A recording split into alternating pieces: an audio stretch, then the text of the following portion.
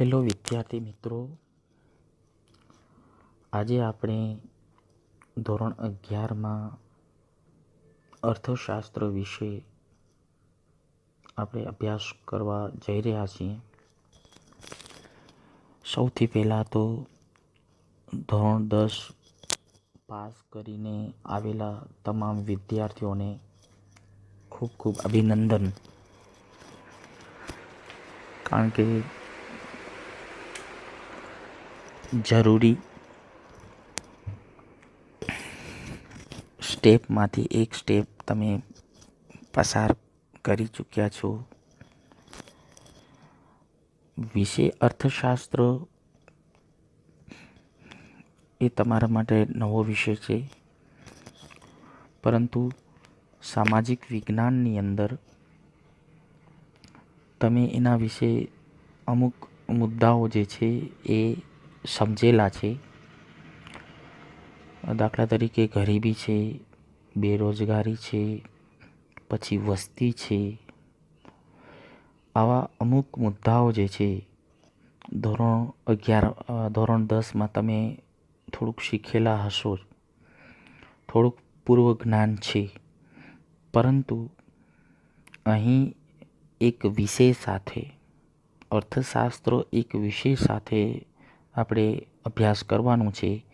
તો વિદ્યાર્થી મિત્રો, અર્થશાસ્ત્રનો પાઠ 1, અર્થશાસ્ત્રમાં વિષય પ્રવેશ. મતલબ કે આપણે અર્થશાસ્ત્રને સમજવાનું છે. અર્થશાસ્ત્ર છે શું, એ કન્સેપ્ટને આખો ક્લિયર કરવાનું છે આ પાઠમાં. તો સ્ટાર્ટ કરીએ આપણે. તો અહીં પહેલો મુદ્દો છે પ્રસ્તાવના. તો માનવ જીવન જે છે, આપણી લાઈફસ્ટાઈલ જે છે, આપણે સુખી રીતે જીવી શકીએ, આપણું જીવન સુખથી ચાલે, એના માટે સમાજે જુદી જુદી વ્યવસ્થાઓ કરેલ છે. અને એ વ્યવસ્થાઓમાં એક વ્યવસ્થા છે સમાજ વ્યવસ્થા, બીજી છે રાજ્ય વ્યવસ્થા અને ત્રીજી છે અર્થવ્યવસ્થા. જો વ્યવસ્થાનું કામ શું છે કે આપણી તમામ જરૂરિયાતો જે છે વ્યવસ્થિત રીતે જરૂરિયાતો સંતોષી શકાતી હોય, આપણને તમામ સુવિધાઓ જે છે મળી શકતી હોય, આપણી તમામ સમસ્યાઓ જે છે દૂર થઈ શકતી હોય, એ કામ જે છે વ્યવસ્થાઓનું રહેલું છે. તો અહીં આપણે આ વ્યવસ્થાને સમજવા અને પેઢી દર પેઢી ચલાવવા તથા એમાં ઊભા થતા પ્રશ્નોના ઉકેલ માટે જુદા જુદા શાસ્ત્રોની રચના કરવામાં આવેલી છે. જો આપણું જીવન જ્યારે પસાર થતું હોય અને એ જીવન પસાર થાય છે, તો એમાં ઘણા બધા પ્રશ્નો ઊભા થાય છે, ઘણી બધી સમસ્યાઓ ઊભી થાય છે. તો આ બધી સમસ્યાઓના નિરાકરણ માટે, આપણી અગવડતા દૂર કરવા માટે, આપણે વધુ સુખી રીતે જીવન જીવી શકીએ, એના માટે જુદા જુદા ચિંતકો અથવા વિદ્વાનોએ જુદા જુદા શાસ્ત્રોની રચના કરી છે. પહેલાં શું હતું, આદિયુગની અંદર જે પણ માણસોને સમસ્યાઓ આવતી અથવા પ્રશ્નો આવતા, તો એ પ્રશ્નોનો ઉકેલ જે છે એ લડાઈ કે યુદ્ધ દ્વારા લાવવામાં આવતો, ઉકેલ લાવાતો. પછી જે છે ધીમે ધીમે આદિયુગમાંથી સમાજ જે છે આધુનિક યુગ તરફ પ્રવેશ કર્યો. અને એવી બે ઘટનાઓ હતી. દાખલા તરીકે એક ઘટના હતી ઔદ્યોગિક ક્રાંતિ, અને બીજી ઘટના હતી ફ્રાન્સની ક્રાંતિ. આ જે ઘટનાઓ બે એવી બની ગઈ કે આ ઘટના પછી એક નવજાગૃતિનો યુગ આવ્યો. નવી નવી વૈજ્ઞાનિક શોધખોળો થવા માંડી, ટેકનોલોજીની શરૂઆત થઈ, અને આ ટેકનોલોજીનો લાભ જે છે યંત્રોમાં થવા માંડ્યો, ઉદ્યોગોમાં થવા માંડ્યો, ઉત્પાદનમાં થવા માંડ્યો અને ઝડપી ઉત્પાદન થવા માંડ્યો. મતલબ કે ઔદ્યોગિક ક્રાંતિમાં ઉદ્યોગોમાં યંત્રો દ્વારા ઉત્પાદન થવા માંડ્યું. એટલે માણસ જે છે એનો જે આ સમસ્યાઓ હતી, આ સમસ્યાઓનું સમાધાન જે છે યુદ્ધ કે લડાઈ દ્વારા નહીં, પરંતુ બુદ્ધિપૂર્વકની ગણતરીઓ દ્વારા, શાસ્ત્રોની મદદથી આ સમસ્યા દૂર કરવાની શરૂઆત થઈ.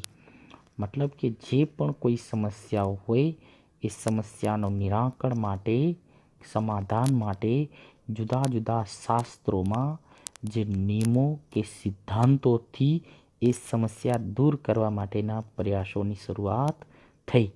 તો એવી જ રીતે આપણા જીવનની અંદર, આપણા જીવનમાં એક આર્થિક સમસ્યા આવે છે. સામાજિક સમસ્યા નહીં, પરંતુ આર્થિક સમસ્યા આવે છે. તો એ આર્થિક સમસ્યાના ઉકેલ માટે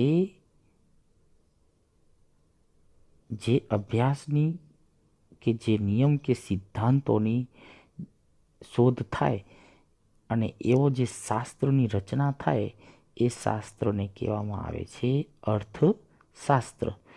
તો અહીં એક વસ્તુ જાણવા મળે છે કે આપણા જીવનની અંદર જો આર્થિક સમસ્યાઓ આવતી હોય અને માનવના જે વર્તનને યોગ્ય રીતે વર્તન કરવા માટે જે દિશા સૂચન કે સલાહ કે માર્ગદર્શન આપતો શાસ્ત્ર એટલે કે અર્થશાસ્ત્ર.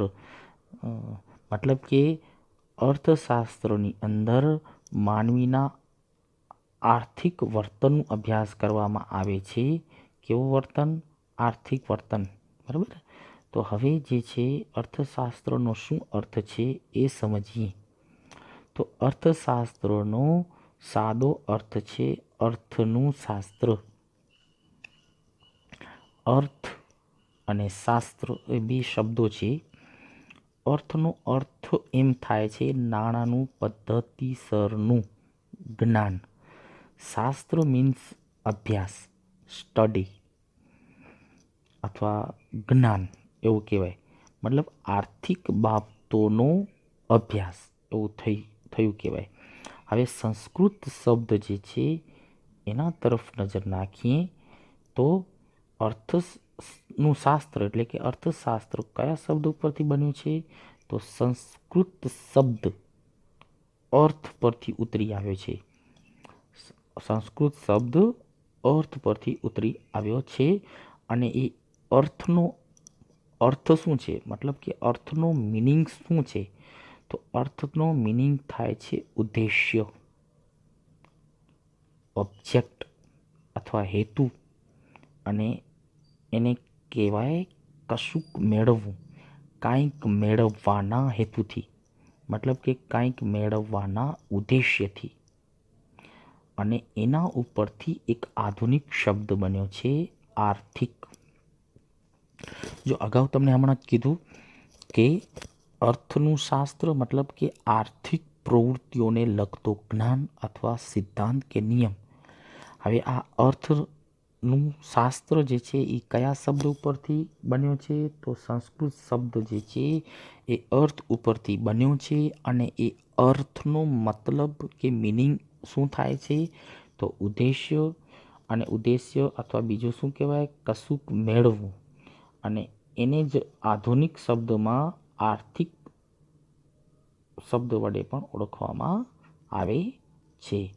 હવે આગળ જોઈએ તો ગ્રીક શબ્દ, જો અહીંયા ગ્રીક શબ્દ ઓઇકોનોમોસ પરથી ઇકોનોમિક શબ્દ બન્યો છે. જો વિદ્યાર્થી મિત્રો, આપણા અર્થશાસ્ત્ર વિશેને અંગ્રેજીમાં ઇકોનોમિક્સ શબ્દ વડે ઓળખવામાં આવે છે. હવે આ ઇકોનોમિક શબ્દ જે છે એ કયા શબ્દ પરથી બન્યો છે? તો ઓઇકોનોમોસ. ઓઇકોનોમોસ મોસ્ટ ઇમ્પોર્ટન્ટ વિકલ્પમાં અથવા એક વાક્યમાં આવે છે કે અંગ્રેજી ઇકોનોમિક શબ્દ કયા શબ્દ પરથી ઉતરી આવ્યો છે? તો ગ્રીક શબ્દ. અને ગ્રીક શબ્દ કયો? તો ઓઇકોનોમોસ.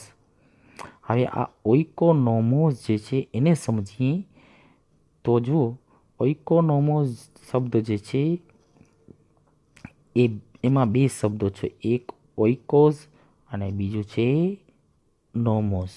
બે શબ્દ છે, એક છે ઓઇકોઝ અને બીજું છે નોમોસ. હવે ઓઇકોઝનો મતલબ શું છે? તો ઘરવખરી કે સરસામાન. મતલબ કોઈ એક વ્યક્તિનો જે ઘરવખરી છે અથવા એની પાસે પડેલો સામાન જે છે એને ગ્રીક શબ્દમાં કહેવાય ઓઇકોસ. અને બીજો શબ્દ છે નોમોસ. તો એનો મતલબ શું થાય છે? વ્યવસ્થાપન. મતલબ કે જે આ ઘરવખરી અને સરસામાન જે છે એનું વ્યવસ્થાપન એટલે કહેવાય ઓઇકોસ નોમોસ. તો વિદ્યાર્થી મિત્રો, આજે આપણે અર્થશાસ્ત્રની પ્રસ્તાવના અને અર્થશાસ્ત્રનું અર્થ સમજ્યું. નેક્સ્ટ વિડીયોની અંદર અર્થશાસ્ત્ર અંગે ભારતીય વિદ્વાનોનું શું ચિંતન છે એના વિશે અભ્યાસ કરશું. Thank you very much.